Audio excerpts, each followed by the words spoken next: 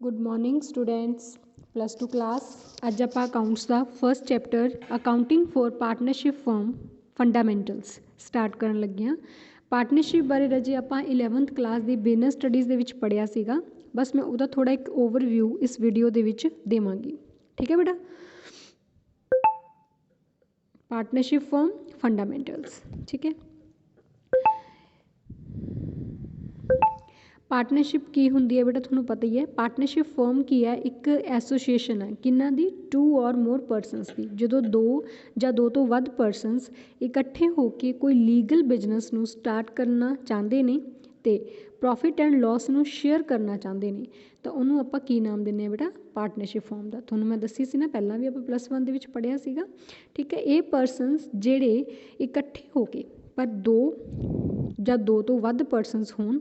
ठीक है। टू और मोर दैन टू परसनस जो रल के कोई भी बिजनेस नू कोई भी फर्म नू चलाना चाहते हैं तो प्रॉफिट ते लॉस नू शेयर करनगे आपस दे विच तो वो वाली फर्म नू की कहा जाता है पार्टनरशिप।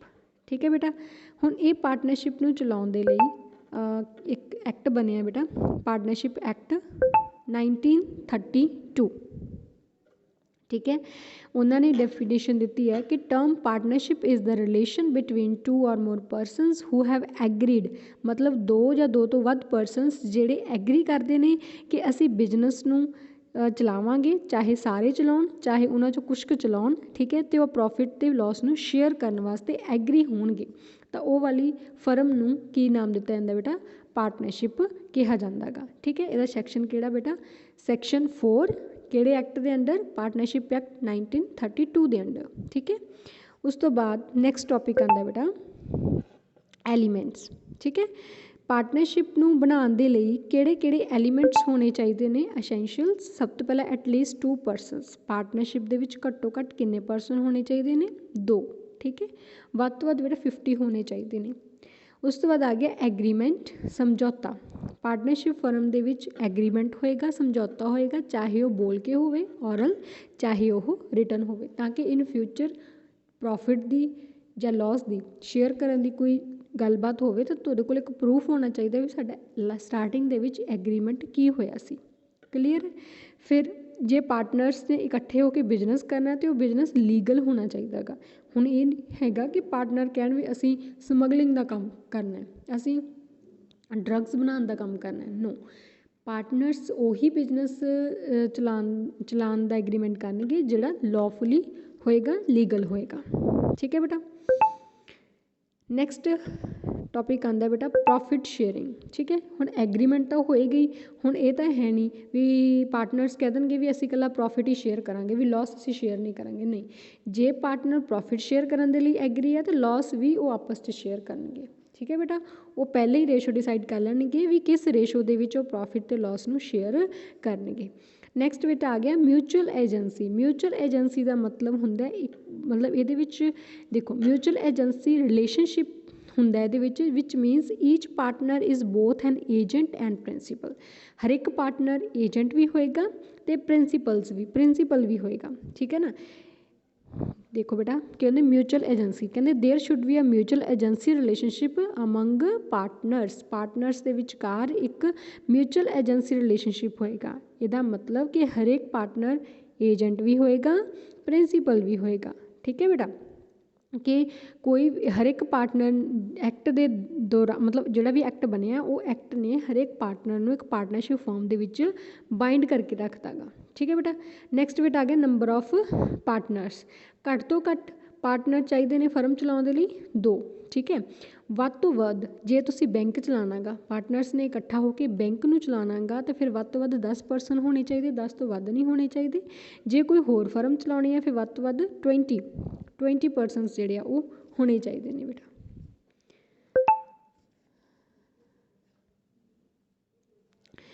नैक्सट टॉपिक आंदा बेटा पार्टनरशिप डीड। पहला भी दसिया होएगा पार्टनरशिप डीड नू पंजाबी च बोलते हैं सांझेदारी दस्तावेज है ना। यह बेटा एक डॉक्यूमेंट भी कह सकते हो या एग्रीमेंट भी कह सकते हो जिहड़ा कि रिटन ते औरल कोई मर्जी फॉर्म च हो सकता है।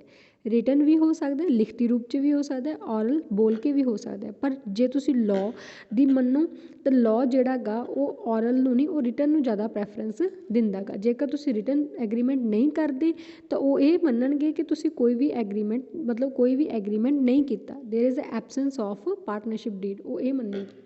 ਸਮਝ ਆ ਗਈ? ਹਾਂ, ਨੋ ਡਾਊਟ ਤੁਸੀਂ ਐਗਰੀਮੈਂਟ ਤਾਂ ਕਰ ਸਕਦੇ ਹੋ, ਔਰਲ ਵੀ ਕਰਨਾ, ਰਿਟਨ ਵੀ ਕਰਨਾ, ਬਟ ਲਾਅ ਨੇ ਕੀ ਕਿਹਾ ਹੈਗਾ ਕਿ ਤੁਸੀਂ ਕਿਹੜਾ ਐਗਰੀਮੈਂਟ ਕਰੋ, ਰਿਟਨ। ਜੇ ਤੁਸੀਂ ਔਰਲ ਕਰਦੇ ਹੋ ਤਾਂ ਉਹ 'ਚ ਲਾਅ ਕੀ ਮੰਨੇਗਾ ਕਿ ਉੱਥੇ ਪਾਰਟਨਰਸ਼ਿਪ ਡੀਡ ਦੀ ਐਬਸੈਂਟ ਹੈ, ਮਤਲਬ ਕੋਈ ਪਾਰਟਨਰਸ਼ਿਪ ਡੀਡ, ਕੋਈ ਐਗਰੀਮੈਂਟ ਨਹੀਂ ਹੋਇਆਗਾ। ਠੀਕ ਹੈ। ਉਸ ਤੋਂ ਬਾਅਦ ਹੁਣ ਜਦੋਂ ਪਾਰਟਨਰਸ਼ਿਪ ਡੀਡ ਬਣੇਗੀ ਬੇਟਾ, ਉਹਦੇ ਵਿੱਚ ਕਿਹੜੇ ਕਿਹੜੇ ਮਤਲਬ ਕੰਟੈਂਟ ਆਉਣਗੇ। ਬਹੁਤ ਸਿੰਪਲ ਜਿਹੇ ਕੰਟੈਂਟ ਨੇ ਬੇਟਾ। ਪਹਿਲਾਂ ਤਾਂ ਕਿਹੜੀ ਫਰਮ ਚਲਾਉਣੀ ਆ, ਫਰਮ ਦਾ ਨਾਮ, ਪਾਰਟਨਰਸ ਦਾ ਨਾਮ ਅਤੇ ਉਹਨਾਂ ਦਾ ਐਡਰੈਸ। ਠੀਕ ਹੈ। ਫਿਰ ਬਿਜ਼ਨਸ ਕਿੱਥੇ ਚਲਾਉਣਾ ਗਾ, ਕਿਹੜੀ ਜਗ੍ਹਾ 'ਤੇ ਅਤੇ ਕਿਸ ਤਰ੍ਹਾਂ ਦਾ ਚਲਾਉਣਾ ਗਾ। ਪਾਰਟਨਰਸ਼ਿਪ ਦਾ ਟਾਈਮ ਪੀਰੀਅਡ ਕਿੰਨੇ ਦਾ ਗਾ। Duration means time period, long term, short term, 5 ਸਾਲ, 2 ਸਾਲ, 3 ਸਾਲ, ਕਿੰਨੇ ਸਾਲ ਲਈ ਕਰਨਾ ਹੈਗਾ। ਪਾਰਟਨਰਸ਼ਿਪ ਸਟਾਰਟ ਕਰਨ ਦੀ ਡੇਟ ਕਿੰਨੀ ਹੈ ਬੇਟਾ, ਉਹ ਇੱਥੇ ਮੈਂਸ਼ਨ ਕੀਤੀ ਜਾਊਗੀ। ਫਿਰ ਹਰੇਕ ਪਾਰਟਨਰ ਕਿੰਨਾ ਕਿੰਨਾ ਪੈਸਾ ਫਰਮ 'ਚ ਲਗਾ ਰਿਹਾ ਹੈਗਾ, ਕਿਉਂਕਿ ਦੇਖੋ ਕੈਪੀਟਲ ਲਗਾਉਂਗੇ ਤਾਂ ਹੀ ਪਾਰਟਨਰਸ਼ਿਪ ਫਰਮ ਚੱਲੂਗੀ ਨਾ। ਤਾਂ ਪਾਰਟਨਰਸ਼ਿਪ ਡੀਡ ਦੇ ਵਿੱਚ ਇਹ ਚੀਜ਼ ਵੀ ਮੈਂਸ਼ਨ ਕੀਤੀ ਜਾਂਦੀ ਹੈ ਕਿ ਪਾਰਟਨਰ ਕਿੰਨੀ ਕਿੰਨੀ ਕੈਪੀਟਲ ਫਰਮ ਦੇ ਵਿੱਚ ਲੈ ਕੇ ਆਇਆ। ਅਤੇ very important is the ratio, ਕਿਹੜੀ ਰੇਸ਼ੋ, ਜਿਹਦੇ ਵਿੱਚ ਪ੍ਰੋਫਿਟ ਐਂਡ ਲੋਸ ਨੂੰ ਉਹ ਸ਼ੇਅਰ ਕਰਨਗੇ। ਠੀਕ ਹੈ। ਰੇਸ਼ੋ ਸਮਝਦੇ ਹੋ। ਠੀਕ ਹੈ। 2:2, 3:2, ਵਟਐਵਰ ਜੋ ਵੀ ਉਹ ਡਿਸਾਈਡ ਕਰਨਗੇ। ਠੀਕ ਹੈ। ਉਸ ਤੋਂ ਬਾਅਦ ਬੇਟਾ ਨੈਕਸਟ ਹੋਰ ਕੀ ਆਉਂਦਾ ਇਹਦੇ ਵਿੱਚ, interest on partners capital and drawings. ਦੇਖੋ ਹੁਣ ਜੇਕਰ ਕੋਈ ਪਾਰਟਨਰ ਨੇ ਫਰਮ 'ਚ ਪੈਸਾ ਲਗਾਉਣਾ ਤਾਂ ਆਪਾਂ ਉਹਨੂੰ ਕੈਪੀਟਲ ਬੋਲਦੇ ਹਾਂ, ਅਤੇ ਉਹਨੂੰ ਫਰੀ ਆਫ ਕੋਸਟ ਤਾਂ ਨਹੀਂ ਲਗਾਊਗਾ। ਠੀਕ ਹੈ। ਉਹਨੂੰ ਬਦਲੇ 'ਚ ਫਰਮ ਕੀ ਦਊਗੀ, ਇੰਟਰਸਟ। ਇੰਟਰਸਟ ਔਨ ਕੈਪੀਟਲ ਦਾ ਮਤਲਬ ਵੀ ਜਿਹੜੇ ਪਾਰਟਨਰ ਨੇ ਪੈਸਾ ਲਗਾਉਣਾ ਫਰਮ ਦੇ ਵਿੱਚ ਅਤੇ ਉਹ 'ਤੇ ਜਿਹੜਾ ਨੇ ਵਿਆਜ ਦੇਣਾ ਗਾ ਉਹ। ਅਤੇ ਡਰਾਇੰਗਸ ਕੀ ਹੁੰਦੀਆਂ ਨੇ, ਡਰਾਇੰਗਸ ਤੁਹਾਨੂੰ ਦੱਸੇ ਸੀ +1 ਦੇ ਵਿੱਚ। ਡਰਾਇੰਗਸ ਦਾ ਮਤਲਬ ਵੀ ਜਦੋਂ ਕੋਈ ਪਾਰਟਨਰ ਆਪਣੇ ਘਰ ਦੇ ਖਰਚਿਆਂ ਦੇ ਲਈ ਬਿਜ਼ਨਸ 'ਚੋਂ ਪੈਸੇ ਕਢਵਾਉਂਦਾ ਹੈ ਤਾਂ ਉਹਨੂੰ ਆਪਾਂ ਡਰਾਇੰਗਸ ਬੋਲਦੇ ਹਾਂ। ਅੱਛਾ, ਜਦੋਂ ਉਹਨੇ ਵਾਪਸ ਕਰਨੇ ਆ ਤਾਂ ਉਹਨੂੰ ਵਿਆਜ ਸਮੇਤ ਵਾਪਸ ਕਰਨੇ ਪੈਣਗੇ, ਅਤੇ ਉਹਦਾ ਵਿਆਜ ਵੀ ਕਿੰਨਾ ਲੱਗੂਗਾ। ਕੈਪੀਟਲ ਦਾ ਵਿਆਜ ਕਿੰਨਾ ਹੋਏਗਾ ਉਹ, ਅਤੇ ਡਰਾਇੰਗਸ ਦਾ ਵਿਆਜ ਕਿੰਨਾ ਹੋਏਗਾ ਉਹ ਵੀ ਪਾਰਟਨਰਸ਼ਿਪ ਡੀਡ ਦੇ ਵਿੱਚ ਮੈਂਸ਼ਨ ਕੀਤਾ ਜਾਂਦਾ ਗਾ। ਕਲੀਅਰ ਹੈ। ਨੈਕਸਟ 9th ਪੁਆਇੰਟ, ਕਿ ਜੇਕਰ ਕੋਈ ਪਾਰਟਨਰ ਫਰਮ ਨੂੰ ਲੋਨ ਦਿੰਦਾ ਹੈ ਤਾਂ ਲੋਨ ਦੇ ਬਦਲੇ 'ਚ ਉਹਨੂੰ ਇੰਟਰਸਟ ਦੇਣਾ ਪਏਗਾ ਫਰਮ ਨੂੰ, ਅਤੇ ਉਹ ਇੰਟਰਸਟ ਕਿੰਨੇ % ਦੇਗਾ ਉਹ ਵੀ ਡੀਡ ਦੇ ਵਿੱਚ ਪਹਿਲਾਂ ਮੈਂਸ਼ਨ ਕੀਤਾ ਜਾਊਗਾ। ਇਸ ਤੋਂ ਇਲਾਵਾ ਕੋਈ ਪਾਰਟਨਰ ਹੈ ਜੋ ਸੈਲਰੀ ਜਾਂ ਕਮਿਸ਼ਨ 'ਤੇ ਕੰਮ ਕਰ ਰਿਹਾ, ਸੈਲਰੀ ਲੈ ਰਿਹਾ ਜਾਂ ਕਮਿਸ਼ਨ ਲੈ ਰਿਹਾ, ਕਿੰਨੀ ਲੈ ਰਿਹਾ ਗਾ ਉਹ ਵੀ ਪਹਿਲੇ ਪਾਰਟਨਰਸ਼ਿਪ ਡੀਡ ਦੇ ਵਿੱਚ ਮੈਂਸ਼ਨ ਕੀਤਾ ਜਾਂਦਾ। ਇਸ ਤੋਂ ਇਲਾਵਾ ਫਰਮ ਦੀ ਜਿਹੜੀ ਗੁੱਡਵਿਲ ਹੈ, ਜਿਹੜੀ ਕਿ ਰੈਪੂਟੇਸ਼ਨ ਹੈ, ਉਹ ਕਿਹੜੇ ਮੈਥਡ ਨਾਲ ਕੈਲਕੂਲੇਟ ਕਰਨੀ ਹੈ, ਕਿਵੇਂ ਉਹਦਾ ਟਰੀਟਮੈਂਟ ਕਰਨਾ, ਉਹ ਵੀ ਪਾਰਟਨਰਸ਼ਿਪ ਡੀਡ ਦੇ ਵਿੱਚ ਪਹਿਲਾਂ ਹੀ ਮੈਂਸ਼ਨ ਕੀਤਾ ਹੁੰਦਾ ਹੈ। ਇਸ ਤੋਂ ਇਲਾਵਾ ਜੇਕਰ ਕੋਈ ਪਾਰਟਨਰ ਰਿਟਾਇਰ ਹੁੰਦਾ ਜਾਂ ਕਿਸੇ ਪਾਰਟਨਰ ਦੀ ਡੈਥ ਹੁੰਦੀ ਹੈ ਤਾਂ ਉਹ ਅਕਾਊਂਟਸ ਨੂੰ ਕਿਵੇਂ ਸੈਟਲਮੈਂਟ ਕਰਨਾ, ਕਿਹੜੇ ਮੈਥਡ ਨਾਲ ਸੈਟਲਮੈਂਟ ਕਰਨਾ, ਉਹ ਆਪਾਂ ਇਸ ਪਾਰਟਨਰਸ਼ਿਪ ਡੀਡ ਦੇ ਵਿੱਚ ਦੇਖਾਂਗੇ। ਉਸ ਤੋਂ ਬਾਅਦ ਆਉਂਦਾ ਹੈ ਕਿ ਜਦੋਂ ਫਰਮ ਨੂੰ ਡਿਜ਼ੋਲਿਊਸ਼ਨ ਮੀਨਸ ਬੰਦ ਕਰਨਾ, ਖਤਮ ਕਰਨਾ, ਜਦੋਂ ਤੁਸੀਂ ਫਰਮ ਨੂੰ ਬੰਦ ਕਰ ਰਹੇ ਹੋ, ਖਤਮ ਕਰ ਰਹੇ ਹੋ, ਤਾਂ ਉਹਦੀ ਸੈਟਲਮੈਂਟ ਕਿਹੜੇ ਮੈਥਡ ਨਾਲ ਕਰੋਗੇ। ਤਾਂ ਇਹ ਸਾਰਾ ਕੁਛ ਜਿਹੜੇ 13 ਪੁਆਇੰਟ ਤੁਸੀਂ ਪੜ੍ਹੇ ਨੇ ਬੇਟਾ, ਇਹ 13 ਪੁਆਇੰਟ ਪੜ੍ਹੇ ਨੇ ਅਤੇ ਪਾਰਟਨਰਸ਼ਿਪ ਡੀਡ ਦੇ। ਠੀਕ ਹੈ। ਕਿ ਪਾਰਟਨਰਸ਼ਿਪ ਡੀਡ ਦੇ ਵਿੱਚ ਕੀ ਕੀ ਲਿਖਿਆ ਜਾਂਦਾ ਗਾ।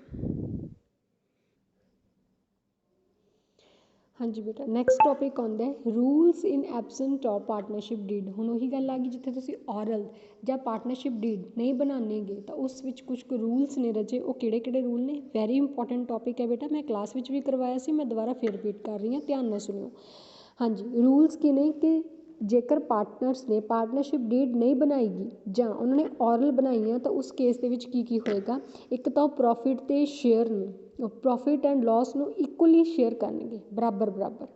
ਇਹ ਨਹੀਂ ਹੈਗਾ ਚਾਹੇ ਕੋਈ ਪਾਰਟਨਰ ਵੱਧ ਪੈਸਾ ਲਾਵੇ ਚਾਹੇ ਕੋਈ ਘੱਟ ਪਾਵੇ, ਪਰ ਉਹ ਆਪਣਾ ਜਿਹੜਾ ਪ੍ਰੋਫਿਟ ਹੈ ਉਹ ਬਰਾਬਰ ਬਰਾਬਰ ਹੀ ਵੰਡਣਗੇ। ਹੁਣ ਜੇ ਮੰਨ ਲਓ ਫਰਮ ਦੇ ਵਿੱਚ 20,000 ਦਾ ਪ੍ਰੋਫਿਟ ਹੁੰਦਾ, ਦੋ ਪਾਰਟਨਰ ਉਹ ਫਰਮ ਨੂੰ ਚਲਾ ਰਹੇ ਨੇ ਤਾਂ ਆਪਸ ਦੇ ਵਿੱਚ 10,000 ਰੁਪਈਆ ਡਿਸਟਰੀਬਿਊਟ ਕਰਨਗੇ ਜੇਕਰ ਪਾਰਟਨਰਸ਼ਿਪ ਫਰਮ ਨਹੀਂ ਬਣੇਗੀ। ਨੰਬਰ 2, ਜੇਕਰ ਪਾਰਟਨਰ ਫਰਮ ਨੂੰ ਲੋਨ ਦਿੰਦਾ ਹੈ, ਠੀਕ ਹੈ, ਤਾਂ ਜੇ ਇੰਟਰਸਟ ਔਨ ਕੈਪੀਟਲ ਵੈਸੇ ਤਾਂ ਪਾਰਟਨਰਸ਼ਿਪ ਡੀਡ 'ਤੇ ਲਿਖਣਗੇ, ਬਟ ਜੇ ਡੀਡ ਹੀ ਨਹੀਂ ਬਣੀ ਹੈਗੀ ਤਾਂ 6% ਤੋਂ ਜ਼ਿਆਦਾ ਵਿਆਜ ਉਹ ਨਹੀਂ ਲੈ ਸਕਦਾ। ਕਿੰਨੇ % ਵਿਆਜ ਲਏਗਾ ਫਿਰ ਲੋਨ 'ਤੇ, ਸਿਰਫ 6%। ठीक है बेटा। नैक्सट कोई कैपीटल ते इंटरस्ट जिहड़ा वो नहीं मिलेगा। हुण जिवें तुहानूं पहले दस्सिया सी ना, जे डीड बनूगी, पार्टनरशिप डीड होएगी तां ही इंटरस्ट उत्ते कैपीटल जिहड़ा कैपीटल आ उत्ते इंटरस्ट मिलेगा। जेकर पार्टनरशिप डीड नहीं बनेगी तां उहदे उत्ते किसी भी कैपीटल उत्ते कोई इंटरस्ट नहीं मिलेगा बेटा। चौथा पॉइंट आंदा कि कोई भी पार्टनर जेकर डीड नहीं बनेगी, कोई भी पार्टनर कोई सैलरी कोई कमीशन जिहड़ा गा वो बिजनेस दे विचों नहीं लेगा।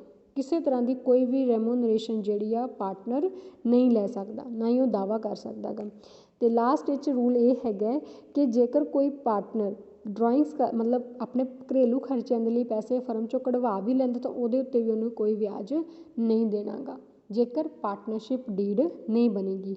मतलब ये थोड़े 5 पॉइंट रूल सीगे जेकर पार्टनरशिप डीड नहीं बनेगी। अज लई इन्ना बहुत है बेटा। तुसीं हुण मैनूं जिहड़ी शीट तुहानूं मैं दित्ती सीगी ओहो चंगी तरह पढ़ के देखो भी वो तुहानूं हुण क्लीयर हो रही है जां नहीं।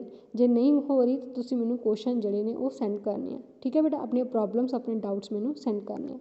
थैंक यू बेटा।